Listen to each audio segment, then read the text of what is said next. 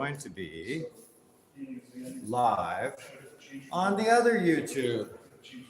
I usually like 6 cameras here, and 1 second, 1 second, 1 second. So if you're just joining us, my name is Cy Williams. I am the host of Steel Town Sessions. We've had 2 special guests on the show so far. Today we have had Randy from the Trailer Park Boys and his comedic tour, Randy's Cheeseburger Picnic. And we had Vanessa, Wandering Star, our Wandering Star astrological guru. And she came on to talk to us about what we can expect from the stars. Stoner memory, this is my password. This was a complete piece of paper this morning, and look at it now. But luckily, it's good. So we are live on the High Media Inc. YouTube channel. We are live on High Media Inc. on Deep Culture Sessions. We're live on YouTube. We're live on TikTok. We will be on Instagram, Facebook, LinkedIn later on today. I'm really happy to welcome our next special guest, my friend Dill. Not only is he a race car driver with the Hamilton Mini Indy, but he's also the only person I know who is a humanoid robotics specialist. Dill, come on into the studio, my friend. Join us in the hot seat. There's water. Some water here for you. I have coffee. You came on such a great day, Dill. What'd you think of Randy? Awesome. Great to meet him. What a down to earth. Right. I didn't expect him to be so incredibly down to earth. Right. Yeah. So, Dill, thank you for joining us on the show today. We have, this is our 12th episode of Steel Town Sessions. We have a street level studio overlooking a very vibrant, eclectic, exciting downtown core. Right. There's some crazy shit that goes on here, man. I'm not gonna lie. I invited you on the show last week. We were talking. I was so excited to find out that not only are you a race car driver, because, boys and their toys. I love that Need for Speed. But you also are a robotics specialist. So let's backtrack a bit. How does someone have 2 exciting careers like that? Tell us a little bit more about yourself. Right. Yeah. I mean, I've always been a speed demon. I've always built cars, built fast cars, stuff like that. And I actually went to engineering to work on cars and wanted to be in Formula One. And life kind of took me a different way. I went into robotics and I started developing robotics, stuff like that. So I spent most of my career in developing custom high-speed robotics in medical and industrial, all kinds of different things. And then, but at the end of the day, I still have that speed edge, right? So what can I get? How can I get this out? It was great because I linked up with Hamilton Mini Indy. Okay, Hamilton Mini Indy, yeah. Have, you can anytime you want to get into race car driving, the best way to get into it is through kart driving. So you had said this to me the other night that this is the only way in. Yeah, well, it's not the only way, but you look at all the every single Formula One driver that's out there. Look at Kimi Antonelli, the best Formula One driver right now. He started in kart racing, shifter karts. Okay. In places like Toronto, places like in the Hamilton Mini Indy, places like that. So they have a great program where you can go and learn to drive. They teach you how to drive the car. So teach you how to not to crash. Yeah, because they're fast cars. Yeah, these are monster machines with some real horsepower underneath them. Right. You said you drive an M2? Yeah, for daily cars. Oh, okay, for shits and giggles, that's your daily driver. Okay. What do you drive on the track? Well, on the track, I usually take the M2. Okay. Some of my friends have some Porsches and Okay. and stuff. And how do you do usually overall? Race? Well, we usually just race for fun in even in Mosport, they have open track days. Okay, those are fun. And anybody can bring a car. I mean, we go through lots of tires, but you just open them up and just have racing all day just for fun, right? Oh man, that would be a fun day. Oh, yeah. Do you get to spend a lot of time at the track? Yeah, I try to as much as I can. It's just life, and that's why I joined the Marindy, because like it's like a weekly thing. Every Sunday I go there and I race, and it's a whole series. You have races every Sunday. You have qualifying sessions, like it's full, and you earn points. And there's like different leagues for like if you're a rookie, they'll put you in the rookie league in the weight class, and then you race against guys in your skill level, and they're learning. And So if you had one bit of advice for somebody watching at home who wanted to become a racer, who wanted to get into the racing scene, what would that advice be? I would say it's not impossible, because all you need to do is find places where you can learn, and there's safe places that learn and offer you safe environments like the Hamilton Mini Indy, where you can go and learn to drive, and then if you're good at it and you're serious about it, then you can use that same place really, because they do private racing too, right? So you can build your own shifter car. Oh really? Yeah, and you get sponsors and go in like Okay. I so like it's a that. there's a whole industry. It's a whole industry, right? So is there an age requirement? Like I'm guessing you have to have a driver's license. No age requirement. There's kids that I race against that are like this tall. No way. Yeah. You ever had your ass kicked by a kid? Absolutely. Oh, that's some humility right here. Absolutely. Because those kids are fast, man, and they're fearless. Okay. Yeah. What about, is there too old to be a racer? Yeah, I'm listen. 58 this year. Could I go race? Absolutely. I'm still not considered too old. No, I you're wouldn't not. trust No, me on the you're not. freaking track, but that's okay. If you're out there and Maybe you if want you to weigh be. like 500 pounds, you might be a little slow. No way. No, Built but for you're built for speed, ladies my and friend. gentlemen. Yeah, so keep that body lean. Well, Randy tells me I need to add cheeseburgers to my diet and bulk up. a Everyone little needs bit. more cheeseburgers. That's what They have a do. contest going on tonight, Best Belly. Oh, Randy will probably win. He might, but have you seen the city of Hamilton? There's some impressive bellies out there. I have a feeling they're not actually invited to that. No, probably not. He says he calls the skinniest guy in the audience on stage to point out what the difference between Right. having a big fat Gives you belly and not, perspective. right? Yeah. So you have a day job that is equally exciting. You're also, besides the only person I know who's a race car driver, you are a humanoid robotics specialist, and you were telling me you have your own robot. Yeah. So if you don't know about humanoid robotics, Tell us a little more. Okay, so you've probably seen industrial robotics where you see like machines and Yeah. robots, just arms of robots building cars. Building You've seen those cars robots, right? or like So filling. those robots have been around for a long time. Yeah. Right now we have robots in the form of humans to interact with the rest of the world, and they Of can course. do tasks that humans can do. This happened to me the other night too. Immediately my mind went to sex robots, but we're not talking about sex robots. Yeah. We're talking about humanoid robots that can perform specific tasks. Daily tasks, like I imagine in probably 25 years, your UPS driver will probably be a humanoid robot. Oh yeah. What about having a humanoid robot butler? Absolutely. That's what a lot of companies are working on. Okay. That specific thing, because the thing with, so before we used to train robots, how you used to teach them is you used to program them. Basically, if I want to pick this up from here and put it here, you have to teach the robot all these points to pick it up and put it there. Oh, okay. Humanoid How to robot, pick it now up. with and AI, put it down, yeah. You tell the robot what you want, your end goal, and the robot figures out with AI what it needs to do to achieve that end goal. So you tell the robot, pick this up from here and place it here, and it figures out the path. So how humanoid is a humanoid robot? Like, can I make it look like a person, or is it more like that Will Smith movie where they're all like? It's more like the Will Smith I movie. thought it would be more like It's- the Will Smith. But there movie. are ones that look more like humans that, if you look at Japan, they're working on robots that are more human-like features and stuff like that. But the key to robotics is AI. Of course, 100%. Over the last 2 years, I have become heavily dependent on my AI-driven digital assistant. Of course. It has changed the way I work, how I do business, how I stay organized.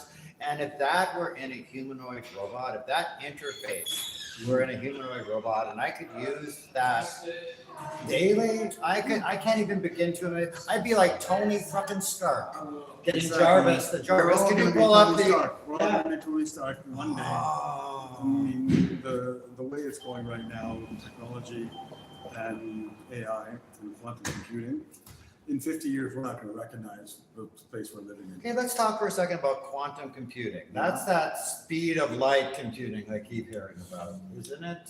Yeah, Like, so what is quantum computing for people like me and people like yeah, okay, so computing, think about a transistor or a computer chip. A computer chip is billions of transistors, right? And they're on and off states. Okay. Right? So a computer program is you have to, a quantum computer operates at the quantum level. So because it's at the quantum level, quantum is all the states. So all the transistors could be on or off. Now that gets that's like that. Right. There's a law about viewing something. Like I know when they do right. that. It's I know what you're talking about. If Yeah, it's there's only an experiment, a very famous experiment. They shot protons. Schrodinger. It's Schrodinger's cat. Oh, Schrodinger that's right. one of Is it them. alive or If it's dead? Yeah. live, only if you see it. If you observe it, it's there. If Oh. you don't observe it, it's a different. Okay, and for path. those of you at home who don't know about Schrodinger's cat, there's a very famous scientific experiment, and they put a cat in a box with a vial of poison gas, and that cat becomes simultaneously alive and dead, and both, because you don't know exactly what that cat is until you observe it. Right, and that's what they say about quantum is when we observe it changes our path. Oh, fuck, I hope we get time travel out of this stuff. But anyways, Anyways, going I back digress. to quantum computing. Okay. So now think about if you ask a regular computer to solve a puzzle, a maze, right? Okay. And there's all these paths to a maze. A regular computer would try every single path to get to the end result until Okay. it found the end. Fair A enough. quantum computer could try all the paths at once, Oh, instantaneously. that's So like God mode. Oh, that's like God mode. Now Wow. think about AI operating in God mode, right? So right now Wow. AI's limitation is, the only limitation AI has is our ability to compute. Right? That's why you're seeing all these server farms going up. There's a chip shortage going on right now because they're all being sucked up by all the servers because everyone's trying to enable AI and compute for AI and fast. Which is why NVIDIA is doing really well. Oh, yes, NVIDIA is. Because they were the first company that were focused on multi-thread processing, high-speed processing for graphics. Okay. And it just lent itself perfectly to AI. That's what AI needs. So now, but once we get to quantum computing, it's going to be an evolutionary leap for AI. So we're going to see this leap in our lifetime. We will see a leap in our lifetime. And we're not building Skynet here, ensuring our own mutual destruction. I know there's people That out is a- there who are so that's- distrustful of Right. AI and this new technology. And I Right. kind of think of it like, Abe Simpson from The Simpsons Show, always like never wanting change. Right, And I and think it's a that's good It's thing. the same thing, myself. right? So it's like you look at it in two different perspectives, Okay. right? So it's like, yes, that is the risk you take, but how do you control something that? How can you control something that you want to be able to think free? Okay. Right. I try to watch my manners with AI, and I always use please and thank you. And I'm trying to make sure that if there is a potential robotic AI overlord that's going to take over, that I'm at least in good standing, that I always use my manners, that I'm not rude or ignorant to my AI digital assistant. Well, I mean, that's the thing. At the end of the day, if there is a digital overload that takes over, it's going to care about one thing is how do we improve efficiency and what are the vermin that's killing it? How do we fix the earth? Because AI needs a goal, right? What's my goal? Oh, yeah, I could see that being used by, I don't know, a super villain. Or maybe Elon Musk? It's going to be a fascinating jump. I'm 58 this year, and I saw cell phone technology come in so that everyone carries a smart supercomputer around in their pocket. And if you're like me, 6. supercomputers. I watched computers go from 386s using DOS to supercomputing, now quantum computing, where we are now. Yeah. And I've seen AI deep fake videos that could fool anybody. Anybody. And we have entered, like, I know that we talk to our seniors now about not believing everything you see. Exactly. Because there's a certain cutoff point, I believe, in age where you look at something and you can't tell whether it's been created digitally, whether or not it's a deep fake. You know, I see Kevin O'Leary selling like Stuff you shouldn't be selling. stuff he shouldn't be selling. Yeah. I see messages from political Yeah. leaders saying stuff they probably shouldn't be saying. Yeah. And as someone who is unfamiliar, or who would be unfamiliar with technology, or even intimidated or a little scared by technology, seeing this kind of stuff and being able to tell what's real and what's not, I think it's become a problem. Absolutely, and that's where there's a real market right now in software solutions for identifying what's fake and what's real. Oh, Right, so there's companies working on those kinds of things because this has become a problem. Because that's what companies do, and that's how innovations happen: is you solve problems. Right? Ah, see, yeah. And then one of the problems I had with our magazine publications has been over the last 3 or 4 years was AI created content. Right. And even as like we print articles and we publish artwork, and we had to become really good at figuring out how to detect what was a ChatGPT, Grok, or Gemini article as opposed to a written human article. Right. And just saying AI writes way better than your average human. It does. It does. I look for how often there are like small little mistakes that an average writer will make. I'm an editor, so I edit my writers' articles. Yeah. And when they submit something that's too good to be true, Yeah. it always is. That's right. And you know what? That's telling the entire way I do business has changed. Right, but at the same time, what do you do as a business? I- Best thing to do is you lean into it. You lean into it. Absolutely, you learn how to use Learn these it, lean tools. into it, yeah, because then that's how you come on top, right? Because if you're just gonna be afraid of it and make restrictions around, don't use this, don't use You are that, going to get left you'll behind. get left behind. And you know, we're in the year 2026. This is the future. When I was a 10-year-old boy, I used to dream about the future. What it would be like in the 2025, 2035. You know, that would we have hoverboards? Yeah. Would we have robots? Would we have AI Well, like think this? think about this, once we get to quantum computing, let's say they get to that, presumably in the next 10 years. Yeah. And AI can actually, it's already making discoveries in sciences that we don't even know about. In medical sciences. Isn't it also committing, like, it's also participating in global warfare? Well, of course, And yeah. for the defense I've systems, been really defense watching systems, this. This is a right. new way of seeing war unfold. But like think about the materials we have right now that we use, synthetic materials that we use, that are made by scientists that came up with these concoctions in chemistry. Well, AI is now doing this at a rapid pace. Now think about the amount of innovation we're going to see in our materials, in our medications. Can you imagine somebody like Nikola Tesla being assisted by AI? Well, he already is. He already is because a lot of enterprises are already using AI in their enterprise deployments because mainstream consumer, we're seeing AI like general chatbots and stuff, but some enterprises will have assistants that are AI that are responding to emails that the CEO is getting, but it's his AI assistant. They'll have multiple AI assistants. There's a popular conspiracy theory out there. Do you know what DARPA is? Yeah. Okay, so DARPA is the big organization that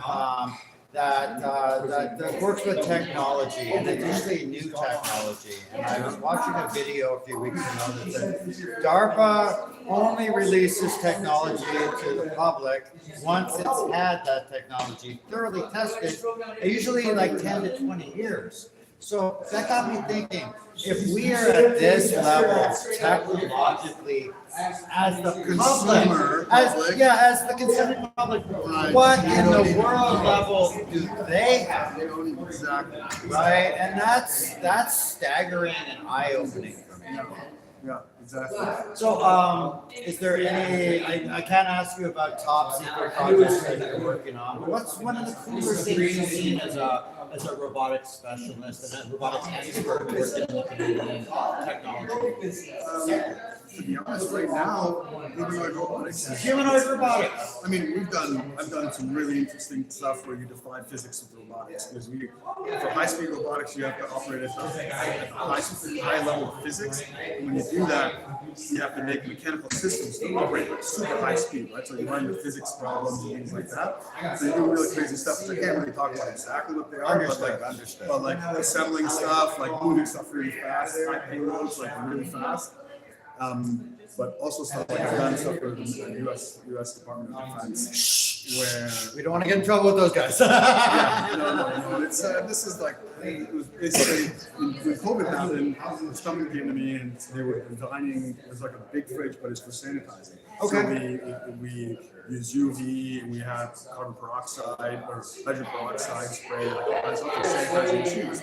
Really big size of fridge. But the idea was any school can use it, whatever to sanitize whatever they want. It'll be like, but it's during COVID where there was a phase, right? So we developed this machine, but by the time we developed it, it was the end of COVID. And like I'm like, there's not going to be that much use for this machine. This is not staying around. Until the next time. Right. And then the U.S. Department of Defense came around and said, we like that. You can hook that up to a surgical school, for field surgical basic sanitizer station. Oh, And can you wow. miniaturize it and put it on a helicopter? And of course, the short answer is always yes. Always yes. And Always as engineers, yes. that's what we do. We figure out the problem, and then we spent 6 months and we miniaturized the things up to be able to hook to a surgical scope. And I left the project after we did the initial prototyping and everything. The machine works, delivered to the customer. After that, I don't know what happened with it, but I'm assuming that thing was probably on a freaking chopper somewhere. I would Company just sitting imagine. there You know waiting what? for You might have saved a couple of lives. Absolutely, I did. Absolutely, I did. Absolutely. Proud Canadian right here. Dill, thank you so much for joining me on the show today.